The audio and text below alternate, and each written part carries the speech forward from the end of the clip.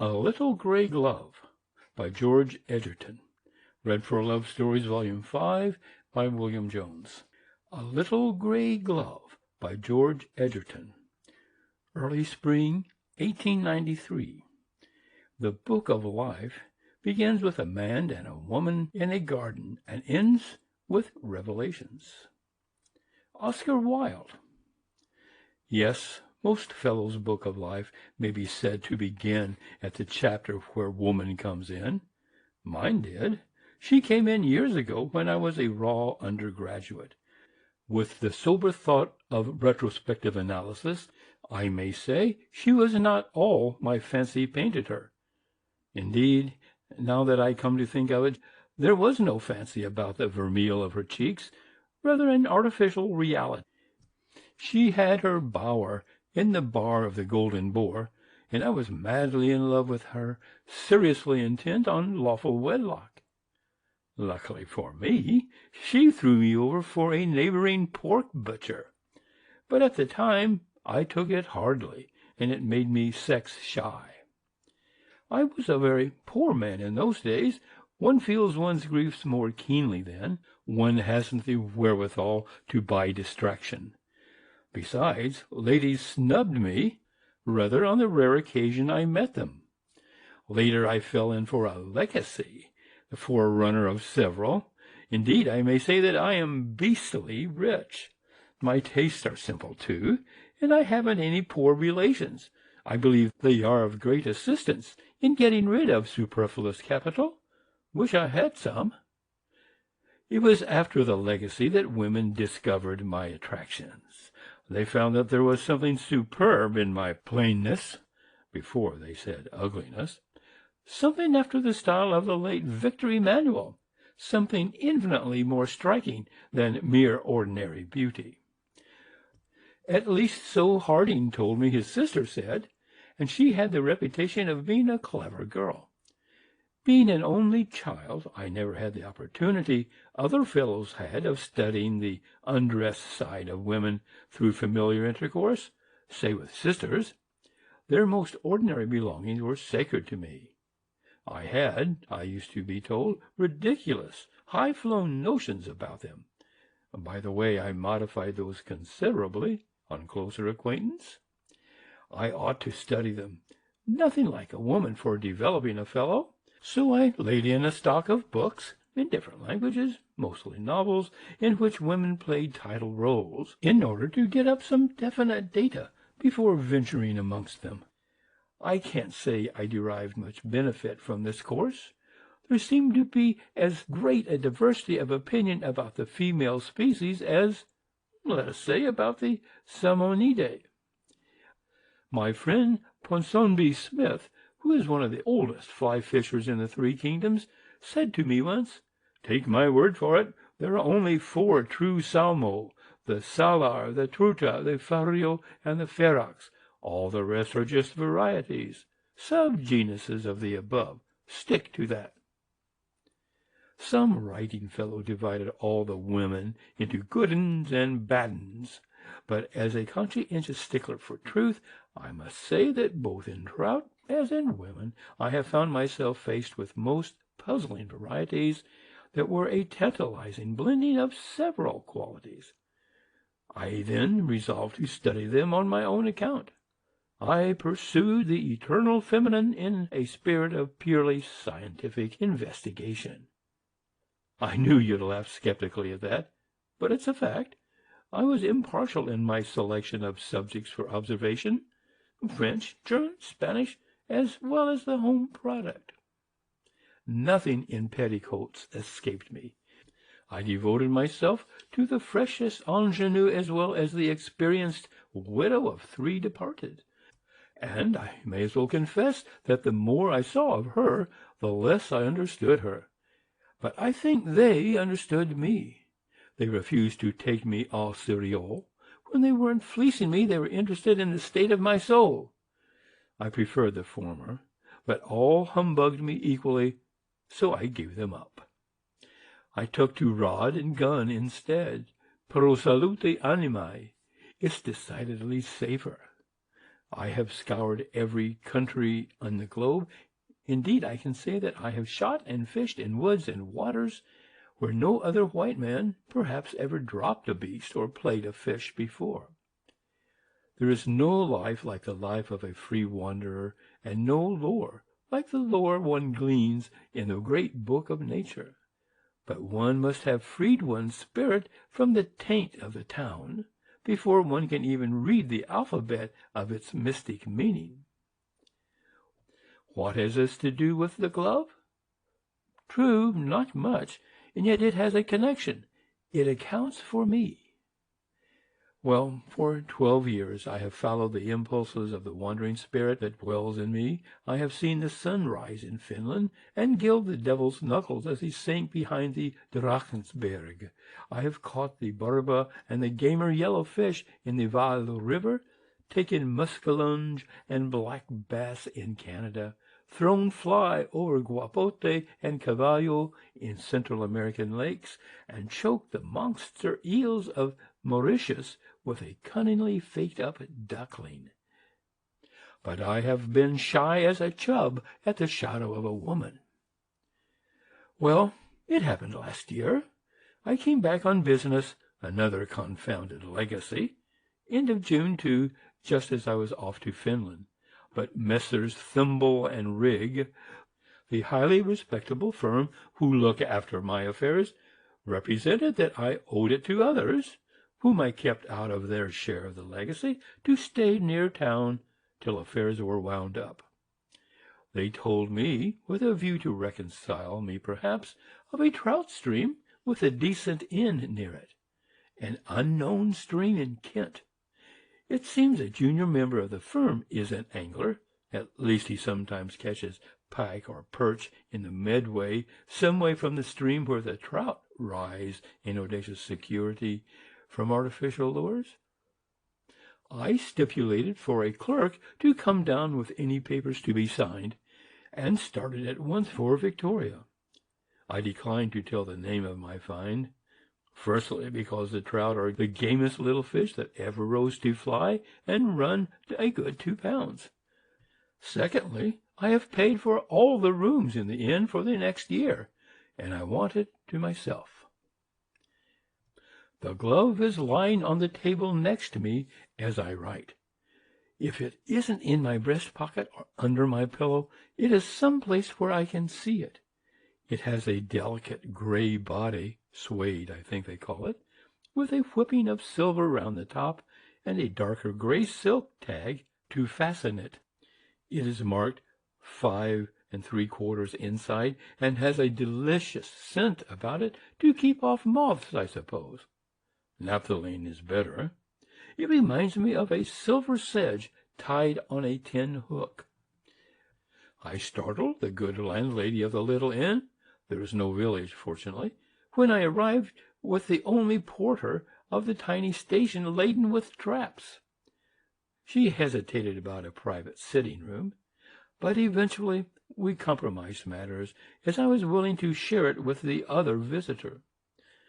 I got into knickerbockers at once, collared a boy to get me worms and minnows for the morrow, and as I felt too lazy to unpack tackle, just sat in the shiny armchair, made comfortable by the successive sitting of former occupants, at the open window, and looked out. The river, not the trout stream, winds to the right, and the trees cast trembling shadows into its clear depths.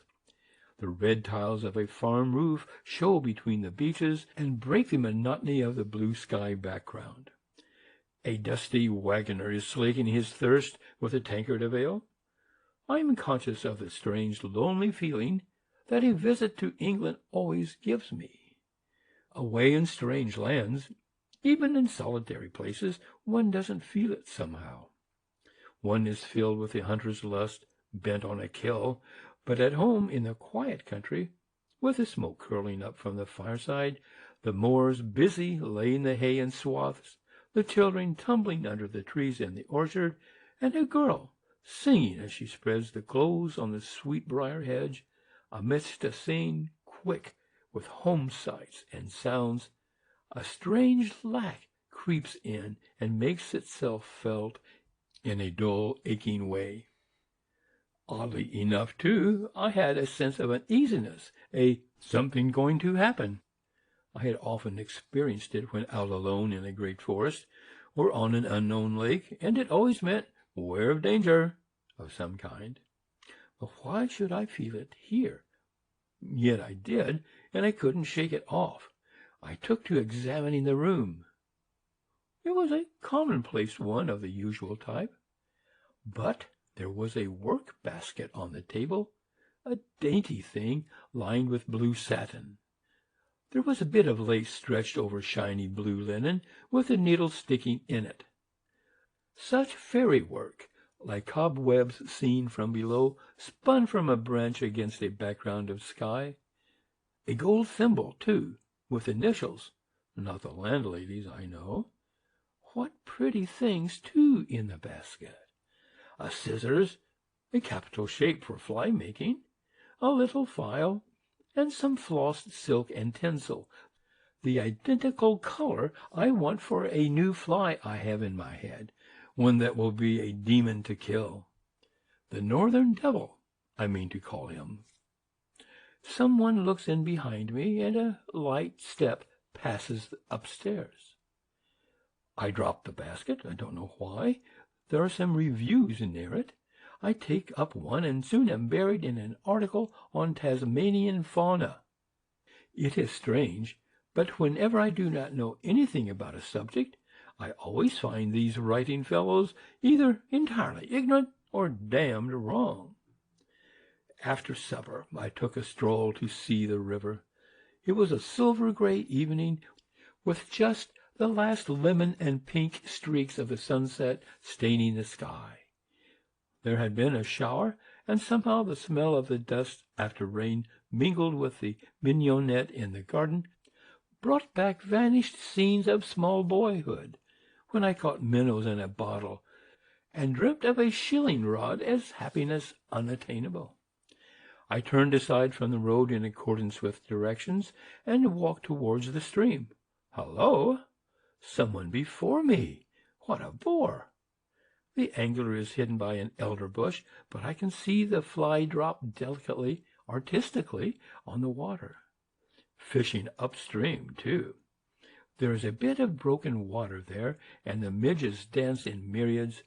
A silver gleam, and the line spins out, and the fly falls just in the right place. It is growing dusk, but the fellow is an adept at quick, fine casting. I wonder what fly he has on. Why, he's going to try downstream now? I hurry forward, and as I near him, I swerve to the left out of the way. Sup! A sudden sting in the lobe of my ear. Hey! I cry, as I find I am caught. The tail fly is fast in it. A slight, gray-clad woman holding the rod lays it carefully down and comes toward me through the gathering dusk. My first impulse is to snap the gut and take to my heels, but I am held by something less tangible but far more powerful than the grip of the limerick hook in my ear. I am very sorry, she says, in a voice that matched the evening. It was so quiet and soft, but it was exceedingly stupid of you to come behind like that. I didn't think you threw such a long line. I thought I was safe, I stammered. Hold this, she says, giving me a diminutive fly book, out of which she has taken a scissors. I obey meekly. She snips the gut. Have you a sharp knife? If I strip the hook, you can push it through. It is lucky it isn't in the cartilage. I suppose I am an awful idiot, but I only handed her the knife, and she proceeded as calmly as if stripping a hook in a man's ear were an everyday occurrence.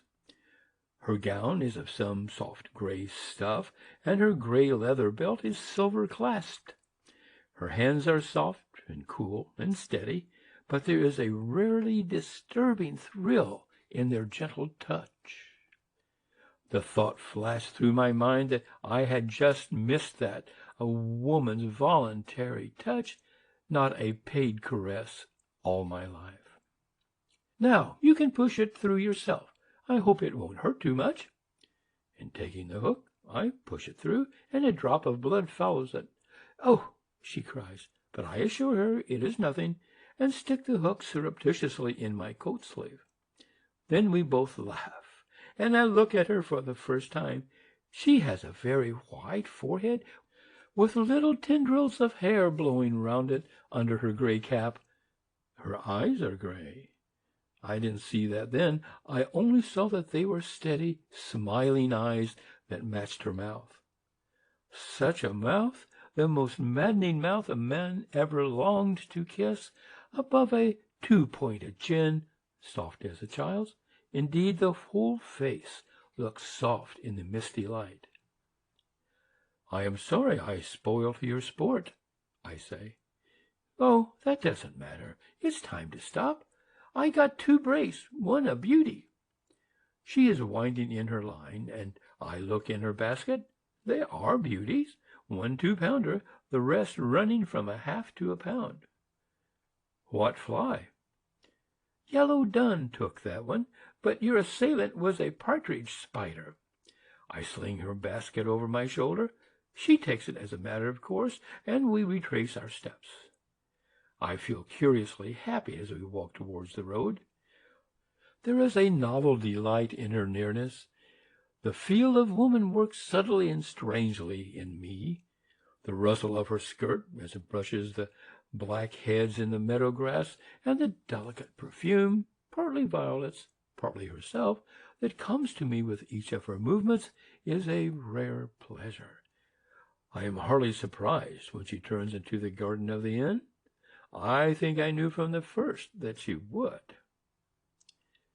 "Better bathe that ear of yours, and put a few drops of carbolic in the water." She takes the basket as she says that, and goes into the kitchen. I hurry over this and go to the little sitting room. There is a tray with a glass of milk and some oaten cakes upon the table.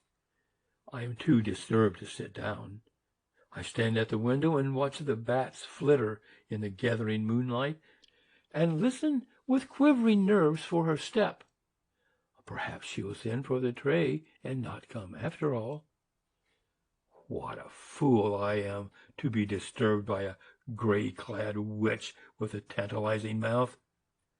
That comes of loafing about doing nothing. I mentally darn the old fool who saved her money instead of spending it. Why the devil should I be bothered? I don't want it anyhow. She comes in as I fume, and I forget everything at her entrance. I push the armchair toward the table, and she sinks quietly into it, pulling the tray near her. She has a wedding ring on, but somehow it never strikes me to wonder if she is married, or a widow, or who she may be. I am content to watch her break her biscuits. She has the prettiest hands, and a trick of separating her last fingers when she takes hold of anything. They remind me of white orchids I saw somewhere. She led me to talk about Africa, I think. I like to watch her eyes glow deeply in the shadows, and then catch light as she bent forward to say something in her quick, responsive way. "Long ago, when I was a girl," she said once. "Long ago?" I echoed incredulously. "Surely not." "Ah, but yes. You haven't seen me in the daylight," with a soft little laugh. "Do you know what the gypsies say? Never judge a woman or a ribbon by candlelight." They might have said moonlight equally well. She rises as she speaks, and I feel an overpowering wish to have her put out her hand. But she does not. She only takes the work-basket and a book, and says good night with an inclination of her little head. I go over and stand next to her chair. I don't like to sit in it, but I like to put my hand where her head leant, and fancy if she were there, how she would look up. I woke next morning with a curious sense of pleasurable excitement. I whistled from very lightness of heart as I dressed. When I got down, I found the landlady clearing away her breakfast things. I felt disappointed and resolved to be down earlier in the future. I didn't feel inclined to try the minnow. I put them in a tub in the yard and tried to read and listen for her step. I dined alone. The day dragged terribly. I did not like to ask about her. I had a notion she might not like it. I spent the evening on the river. I might have filled a good basket, but I let the beggars rest. After all, I had caught fish enough to stock all the rivers in Great Britain. There are other things than trout in the world. I sit and smoke a pipe where she caught me last night. If I half close my eyes, I can see hers and her mouth in the smoke. That is one of the curious charms of baccy, and it helps to reproduce brain pictures. After a bit, I think, perhaps she's left. I get quite feverish at the thought and hasten back. I must ask. I look up at the window as I pass, and there is surely a gleam of white. I throw down my traps and hasten up. She is leaning with her arms on the window ledge, staring out into the gloom. I could swear I caught a suppressed sob as I entered. I cough, and she turns quickly and bows slightly. A bonnet and gloves and lace affair and a lot of papers are lying on the table. I am awfully afraid she is going. I say, "Oh, please don't let me drive you away. It is so early yet. I half expected to see you on the river." "Nothing so pleasant. I have been up in town." The tears have certainly gotten into her voice. "All day. It was so hot and dusty. I am tired out." A little servant brings in the lamp and a tray with a bottle of lemonade. "Mistress hasn't any lemons. Will this do?" "Oh, yes," she says wearily. She is shading her eyes with her hand. "Anything. I am fearfully thirsty." "Let me concoct you a drink instead. I have lemons and ice and things. My man sent me down supplies today. I leave him in town. I am rather a dab at drinks. I learned it from the Yankees, about the only thing I did learn from them I care to remember. Susan, the little maid, helps me to get the materials, and she watches me quietly. When I give it to her, she takes it with a smile. She has been crying. That is an ample thank you. She looks quite old. Something more than tiredness called up these lines on her face. Well, 10 days passed. Sometimes we met at breakfast, sometimes at supper, sometimes we fished together, or sat in the straggling orchard and talked. She neither avoided me nor sought me. She is the most charming mixture of child and woman I have ever met. She is a dual creature. Now, I never met that in a man. When she is here without getting a letter in the morning or going to town, she seems like a girl. She runs about in her gray gown and little cap and laughs and seems to throw off all thought like an irresponsible child. She is eager to fish or pick gooseberries and eat them daintily, or sit under the trees and talk.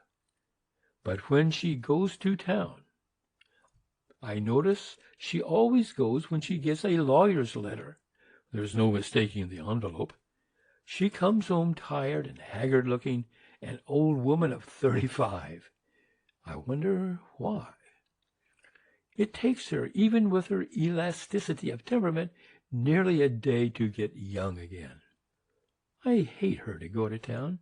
It is extraordinary how I miss her. I can't recall, when she is absent, her saying anything very wonderful, but she converses all the time. She has a gracious way of filling the place with herself. There is an entertaining quality in her very presence. We had one rainy afternoon. She tied me some flies. I shan't use any of them. I watched the lights in her hair as she moved. It is quite golden in some places. And she has a tiny mole near her left ear and another on her left wrist. On the 11th day, she got a letter, but she didn't go into town. She stayed up in her room all day. 20 times I felt inclined to send her a line, but I had no excuse. I heard the landlady say as I passed the kitchen window, "Poor dear, I'm sorry to lose her." Lose her? I should think not. It has come to this with me that I don't care to face any future without her. And yet I know nothing about her, not even if she is a free woman. I shall find that out the next time I see her. In the evening, I catch a glimpse of her gown in the orchard, and I follow her. We sit down near the river. Her left hand is lying gloveless next to me in the grass. Do you think, from what you have seen of me, that I would ask a question out of any mere impertinent curiosity? She starts. No, I do not. I take up her hand and touch the ring. Tell me, does this bind you to anyone? I'm conscious of a buzzing in my ears and a dancing blur of water and sky and trees as I wait, it seems to me an hour, for her reply. I felt the same sensation once before when I got drawn into some rapids and had an awfully narrow shave, but of that another time. The voice is shaking. I am not legally bound to anyone, at least. But why do you ask? She looks me square in the face as she speaks, with a touch of haughtiness I never saw in her before.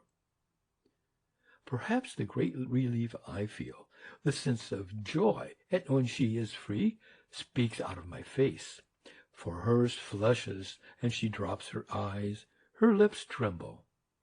I don't look at her again, but I can see her all the same. After a while she says, I have intended to tell you something about myself this evening. Now I must. Let us go in. I shall come down to the sitting room after your supper. She takes a long look at the river and the inn, as if fixing the place in her memory. It strikes me with a chill that there is a goodbye in her gaze. Her eyes rest on me a moment. As they come back, there is a sad look in their gray clearness. She swings her little gray gloves in her hand as we walk back. I can hear her walking up and down overhead. How tired she will be, and how slowly the time goes. I am standing at one side of the window when she enters. She stands at the other, leaning her head against the shutter with her hands clasped before her. I can hear my own heart beating, and I fancy hers through the stillness. The suspense is fearful. At length she says, You have been a long time out of England. You don't read the papers? No. A pause. I believe my heart is beating inside my head. You asked me if I was a free woman. I don't pretend to misunderstand why you asked me. I am not a beautiful woman. I never was, but there must be something about me. There is in some women essential femininity, perhaps, that appeals to all men. What I read in your eyes I have seen in many men's before, but before God I never tried to rouse it. Today, with a sob, I can't say I am free. Yesterday morning I could not. Yesterday my husband gained his case and divorced me. She closes her eyes and draws in her underlip to stop its quivering. I want to take her in my arms, but I am afraid to. I did not ask you any more than if you were free. No, but I am afraid you don't quite take in the meaning. I did not divorce my husband. He divorced me. He got a degree nisi. Do you understand now? She is speaking with difficulty. Do you know what that implies? I can't stand her face any longer. I take her hands, they are icy cold, and hold them tightly. Yes, I know what it implies. That is, I know the legal and social conclusion to be drawn from it, if that is what you mean. But I never asked you for that information. I have nothing to do with your past. You did not exist for me before the day we met on the river. I take you from that day, and I ask you to marry me." I feel her tremble, and her hands get suddenly warm. She turns her head and looks at me long and searchingly. Then she says, "Sit down. I want to say something." I obey, and she comes and stands next to the chair. I can't help it. I reach up my arm, and she puts it gently down. "No, you must listen without touching me. I shall go back to the window. I don't want to influence you a bit by any personal magnetism I possess. I want you to listen. I have told you he divorced me. The correspondent was an old friend, a friend of my childhood, of my girlhood. He died just after the first application was made. Luckily for me, he would have considered my honor before my happiness. I did not defend the case. It wasn't likely. Ah, if you knew all. He proved his case, given clever counsel, willing witnesses to whom you make it worthwhile, and no defense. Divorce is always attainable, even in England. But remember, I figure as an adulteress in every English-speaking paper. If you buy last week's evening papers, do you remember the day I was in town? I nod. You will see a sketch of me in that day's. Someone, perhaps he, must have given it. It was from an old photograph. I bought one at Victoria as I came out. It is funny, with a hysterical laugh, to buy a caricature of one's own poor face at a news stall. Yet in spite of that, I have felt glad. The point for you is that I made no defense to the world, and, with a lifting of her head, I will make no apology, no explanation, no denial to you, now nor ever. I am very desolate, and your attention came very warm to me, but I don't love you. Perhaps I could learn to, with a rush of color, for what you have said tonight, and it is because of that I tell you to weigh what this means. Later, when your care for me will grow into habit, you may chafe at my past. It is from that I would save you. I hold out my hands, and she comes and puts them aside and takes me by the beard and turns at my face and scans it earnestly. She must have been deceived a good deal. I let her do as she pleases. It is the wisest way with women, and it is good to have her touch me in that way. She seems satisfied. She stands leaning against the arm of the chair and says, "I must first learn to think of myself as a free woman again. It almost seems wrong today to talk like this. Can you understand that feeling?" I nod assent. "Next time I must be sure, and you must be sure." She lays her finger on my mouth as I am about to protest. "Shh! You shall have a year to think. If you repeat then what you have said today, I shall give you your answer. You must not try to find me. I have money. If I am living, I will come here to you. If I am dead, you will be told of it. In the year between, I shall look upon myself as belonging to you, and render an account, if you wish, of every hour. You will not be influenced by me in any way, and you will be able to reason it out calmly. If you think better of it, don't come." I feel there would be no use trying to move her. I simply kiss her hands and say, "As you will, dear woman, I shall be here." We didn't say any more. She sits down on a footstool with her head against my knee, and I just smooth it. When the clocks strike 10 through the house, she rises, and I stand up. I see that she has been crying quietly. Poor, lonely little soul. I lift her off her feet and kiss her, and stammer out my sorrow at losing her, and she is gone. Next morning the little maid brought me an envelope from the lady, who left by the first train. It held a little gray glove.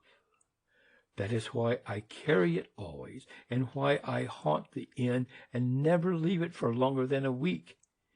Why I sit and dream in the old chair that has a ghost of her presence always. Dream of the spring to come with the mayfly on the wing, and the young summer when midges dance, and the trout are growing fastidious. When she will come to me across the meadow grass, through the silver haze, as she did before, come with her gray eyes shining, to exchange herself for her little gray glove. End of A Little Gray Glove.